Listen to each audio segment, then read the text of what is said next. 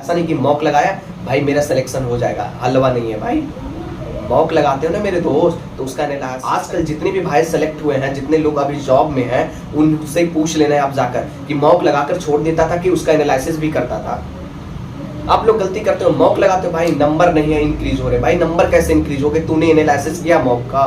जितने भी भाई एमटीएस की प्रिपरेशन कर रहे हैं उनके पास अभी 1 से 1.5 महीने का टाइम बचा है। आप 1.5 महीने नहीं मान सकते, उसको आप 1 ही मंथ मान सकते हो, क्योंकि सितंबर में भाई एग्जाम कंडक्ट करवाया जाएगा और आप लोग के मन में बहुत सारी क्वारी होता है कि 1 से 1.5 महीने में कैसे हम एग्जाम को क्रैक कर सकते हैं। तो खास करके उन भाई लोग को ये वीडियो मैं बनाने जा रहा हूँ मेरे दोस्त, और इस वीडियो को आप पूरा देखना क्योंकि मैं पूरा डिटेल बातें करता हूँ इस वीडियो में।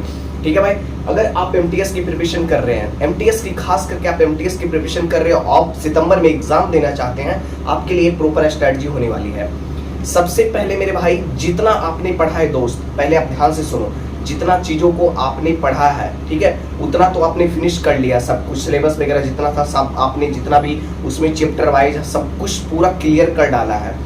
बस आपको अब क्या करनी है, अभी 1 से 1.5 महीने जो बची है ना, सबसे पहले आपने जो नोट कॉपी मेरे दोस्त तैयार किया ना, सबसे बेस्ट रामबाण तरीका होता है कि आप अपनी नोट कॉपी जो तैयार की हो ना, उसको रिवीजन करना। रिवीजन किस बेस पे करनी है उसके बारे में मैं थोड़ा यहाँ पे डिस्कस कर लेता हूँ। रिवीजन आपको इस प्रकार से करनी है मेरे दोस्त कि जैसे अगर बात करते हैं, जैसे अगर आप मैथ का एक चैप्टर उठाए, ठीक है, मैथ का चैप्टर एक फिनिश किए, जैसे परसेंटेज का एक चैप्टर हुआ, उसको आपने क्या किया, जितने भी उसमें कॉन्सेप्ट होते हैं, जितने भी उसमें ट्रिक होते हैं, जितने भी इसमें लॉजिक होते हैं, उसको पहले आप दिमाग में उसको फिट करने की कोशिश करो दोस्त। ठीक है, उसको जब आप फिट कर लोगे उसके बाद फिर क्या करनी है ना, उसके बाद आपको प्रीवियस ईयर क्वेश्चन को लगानी है मेरे दोस्त। यही गलती हमेशा करते हैं कि पढ़ने के तो पढ़ लिए सब कुछ, लेकिन प्रीवियस ईयर क्वेश्चन आप नहीं बनाओगे तो भाई एग्जाम में आपको पता ही नहीं चलेगा कि किस लेवल का पेपर आता है। भाई एक गलती मत करना मेरे दोस्त, क्योंकि मैं जो अपने ओपिनियन के अनुसार बता रहा हूँ, क्योंकि मैं जो अपने 1.5 महीने 2 महीने मेरे पास अप्रॉक्स टाइम बचा था, तो मैं उस चीज़ों को धीरे धीरे अपने बेस पे लाया और एनालिसिस किया, बहुत सारी चीज़ों को अपने लाइफ में उसको रिलेट किया और उसको जोड़ा, तब जाकर धीरे धीरे आप एक प्रॉपर हम एग्जाम क्रैक करने के लिए स्टार्ट हो गए वहाँ पे। तो सेम आपको यही करनी है कि जैसे आपने जितना भी पढ़ा है भाई, ध्यान से मेरे भाई, जितना भी आपने पढ़ा है उसको आप एक जगह इकट्ठा कर लो। ठीक है, एक जगह आप इकट्ठा कर लो कि हम इतना फिजिक्स का इंग्लिश का इतना है, मैथ का एक कॉपी है, और इंग्लिश का एक कॉपी, रीजनिंग का एक कॉपी, और जीके जीएस का एक कॉपी, सारा कॉपी को आपको एक जगह कर लेनी है। पर डे आपको मॉर्निंग के टाइम में प्रत्येक चैप्टर से, जैसे आज हमने उठाया टाइम एंड वर्क का क्वेश्चन, टाइम एंड वर्क हमने पढ़ा, उससे कम से कम 40-50 क्वेश्चन हमने देखा, उसके बारे में कॉन्सेप्ट हमने सीखा, टाइम एंड वर्क का जितना भी उसमें क्वेश्चन बन रहे थे उसको हमने यहाँ पे फिनिश किया। ठीक है, उसके बाद भाई आप क्या करना ना, एक बुक को मैं बात बताता हूँ, क्योंकि बुक तो बहुत सारे मार्केट में है और आप बहुत सारे ऐसे बुक होते हैं जो इतने मोटे होते हैं, ये होते हैं, तो उसमें आपको क्या लगता है कि यार इतने मोटे बुक है यार, कैसे इतने कम समय में हो पाएगा। तो मैं आपको एक बात बता देता हूँ, देखो एक एस चंद की बुक आती है, खास करके जो लोग जिनके लोग मैथ वीक होते हैं ना, उनके लिए मैं बता देता हूँ। ये एस चंद का बुक आता है और एस चंद एसएससी मैथमेटिक्स सर, इसमें 6500 एमसीक्यू दे रखे हैं। अगर आप पर डे, अगर आप अच्छे से, अगर आप 100 क्वेश्चन का 150 क्वेश्चन अगर आप पर डे प्रीवियस ईयर का लगा रहे हो, इसमें सब कुछ आपको मिलेगा। आपको सीजीएल का मिल जाएगा, सीएचएसएल का मिल जाएगा, जीडी का मिल जाएगा, एमटीएस का मिल जाएगा, सीपीओ का मिल जाएगा, बहुत वगैरह। अब बुक भी काफी पतली है और इसमें जितना भी कंटेंट दे रखा सब प्रीवियस ईयर क्वेश्चन है, तो इसको लगा लो ना, बेटर हो जाएगा। क्यों, मोटा बुक के पीछे मत भागनी है। ठीक है, इसमें कंटेंट जो दे रखे हैं वो काफी बेस्ट है, इससे लगाओ, पतला बुक है, आराम से इजी तरीका से आपका 1 से 1.5 महीने में खत्म कर लोगे। इस बुक का इस चंद का है, आप देख लेना, ऑनलाइन में भी मिल जाएगा आपको, दुकान पे भी मिल जाएगा आपको, तो काफी बढ़िया है और इसके सोल्यूशन भी काफी बेटर दे रखे, तो इसमें आपको सोल्यूशन में तो कोई प्रॉब्लम ही नहीं होगा। तो बढ़िया है मेरे दोस्त, और पतली सी किताब है, ज़्यादा भी है नहीं है, मुश्किल से मुझे लगती है 300 पेज या 400 पेज के अप्रॉक्स आती है, लेकिन काफ़ी बढ़िया है, कोई दिक्कत नहीं है इसमें, और इसके सॉल्यूशन भी काफ़ी बेस्ट है, और इससे करो कोई दिक्कत नहीं है, बाकी सब सही है। ठीक है भाई, इसके बारे में तो मैं बता दिया।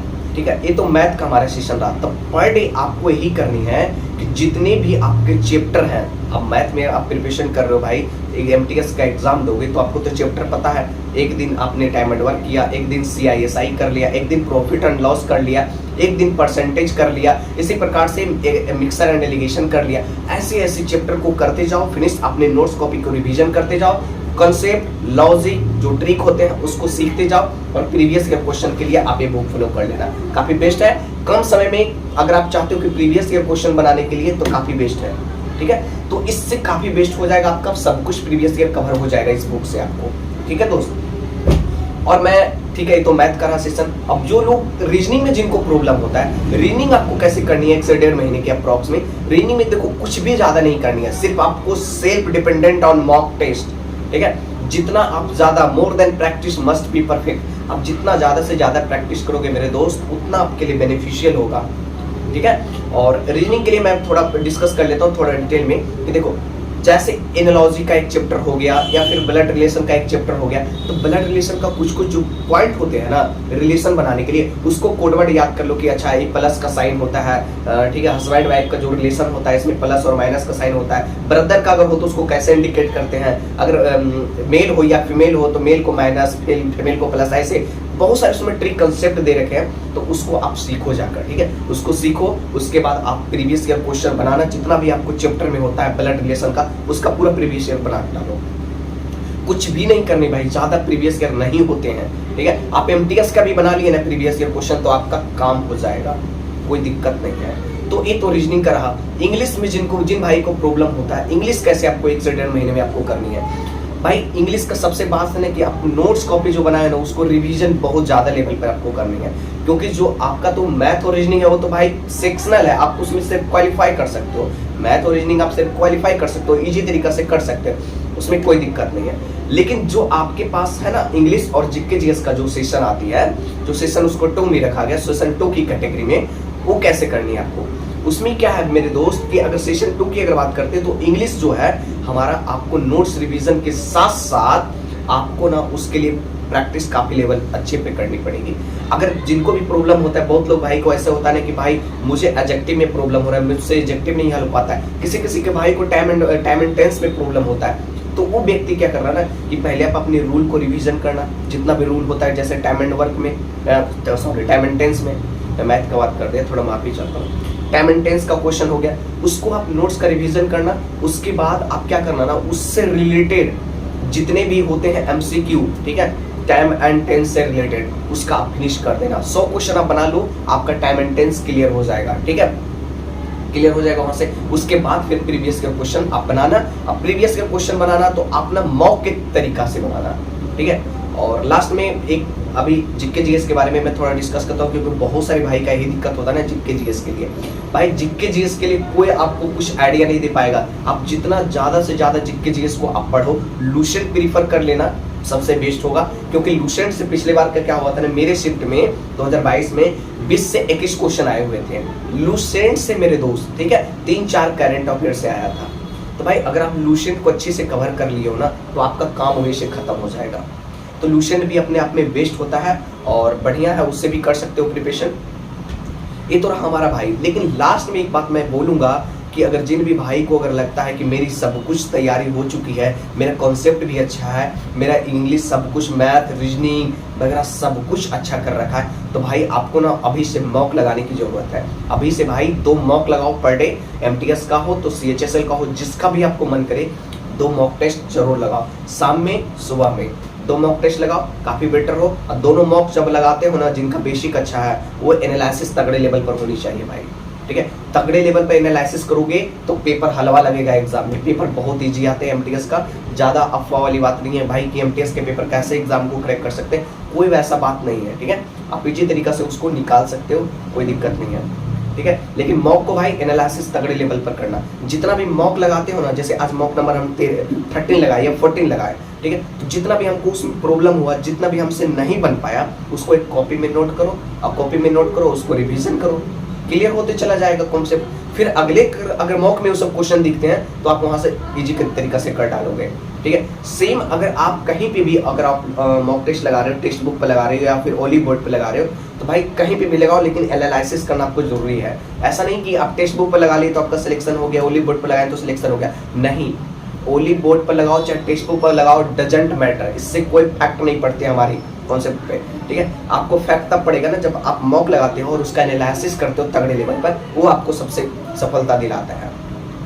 ठीक है भाई।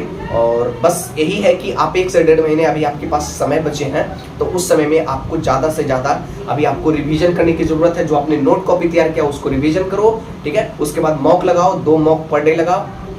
2 मॉक आपने लगा लिया तो 30 दिन में आपको कितने हो जाएंगे, 30 दूना 60 मॉक हो जाएंगे, ठीक है। 60 मॉक आपके एग्जाम के लिए काफी होते हैं, काफी बढ़िया होता है। मैं तो ऐसे अपने लाइफ में कम से कम 200 मॉक लगा के गया था, सब कुछ का, सीजीएल का वगैरह, बहुत सारे, जहां पे मन करे भाई जितना मॉक होना उतना लगाओ। एनालिसिस करना बहुत जरूरी है। ऐसा नहीं कि मॉक लगाया भाई मेरा सिलेक्शन हो जाएगा, हलवा नहीं है भाई। मॉक लगाते हो ना मेरे दोस्त, तो उसका एनालिसिस तगड़े लेवल पर करनी है। आजकल जितने भी भाई सेलेक्ट हुए हैं, जितने लोग अभी जॉब में हैं, उनसे पूछ लेना है आप जाकर कि मॉक लगाकर छोड़ देता था कि उसका एनालिसिस भी करता था। आप लोग गलती करते हो, मॉक लगाते हो भाई, नंबर नहीं है इंक्रीज हो रहे। भाई नंबर कैसे इंक्रीज हो गए? तूने एनालिसिस किया मॉक का? नहीं किया। एनालिसिस करो फिर देखना, मेरे से बात करना भाई, मैं बताऊंगा कि भाई आपने जो बताया ना कि मॉक का एनालिसिस करो ना, मेरे लिए बहुत बेनिफिट हुआ, ठीक है भाई। और क्या जो भी क्वेरी हो आप हमें कमेंट सेक्शन में कर देना। शायद मैं कमेंट में रिप्लाई कम देता हूँ, अगर कुछ भी हो तो आप टेलीग्राम पे शेयर कर देना, मैं टेलीग्राम चैनल दे दूंगा। बाकी कोई क्वेरी हो, मिलेंगे फिर भाई नेक्स्ट वीडियो में। तब तक के लिए अच्छी से प्रिपरेशन करें। 1 से 1.5 महीने आपके लिए सबसे अपॉर्चुनिटी टाइम।